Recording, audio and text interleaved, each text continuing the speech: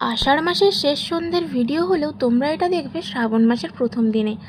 যাই হোক, আমরা তিনজন বেরিয়ে পড়েছিলাম একটু বাজারের দিকে টুকটাক কেনাকাটার জন্য, বন্ধু, কাকি আর বোন। ওদের কেনাকাটা ছিল, যদিও আমার কিছু কেনাকাটা ছিল না, তাও আমি ওদের সঙ্গে চলে গিয়েছিলাম।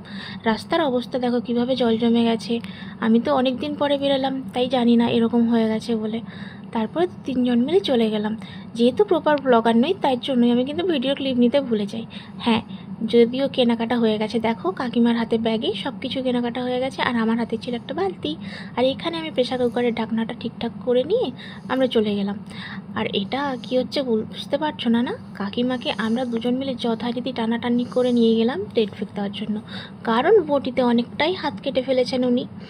যাই হোক, এখানে ইঞ্জেকশন দেওয়ার পরে আমরা চলে গেলাম একটু খাওয়া দাওয়া করতে, কারণ আষাঢ় মাসের শেষ দিন।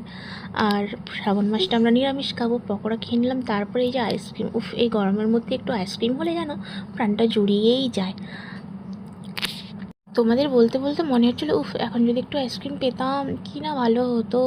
তারপর চলে এলাম ফুচকার দোকানে, কিন্তু এসে দেখি লম্বা লাইন, ভিড় লেগে গেছে। আমরা তো কখন চান্স পাবো ঠিক নেই। অনেকটা টাইম দাঁড়ানোর পরে যখন আমরা চান্স পেলাম, ও মা, দেখে আলু শেষ। কাকু আলু মাখছে। এই যে আমরা দাঁড়িয়ে আছি বেচারার মতো হয়ে। আমার বোন বলছে, কখন খাবো আমরা। ফাইনালি আমরা পাতাটা পেলাম। তারপরে যখন ফুচকাটা এলো আমার হাতে, যেন মনে হচ্ছে কতদিন পর যেন দাঁড়িয়ে ফুচকা খাচ্ছি এইভাবে। আমার তো দারুণ লাগে, ফুচকা তো আমার খুব প্রিয়, কিন্তু অনেক দিন খাওয়া হয় না। ফুচকা খাওয়া শেষ করে দেখলাম আমাদের একদম এই যে বলে না ভাইরাল গেট, আমাদের রেল গেট পড়ে গেছে। তারপর পেরোতে গিয়ে দেখলাম দুই দিক দিয়ে দুটো ট্রেন আসছে, তাই তড়িঘড়ি আমরা পেরিয়ে চলে এলাম। তারপর আর কি, সব কিছু শেষ।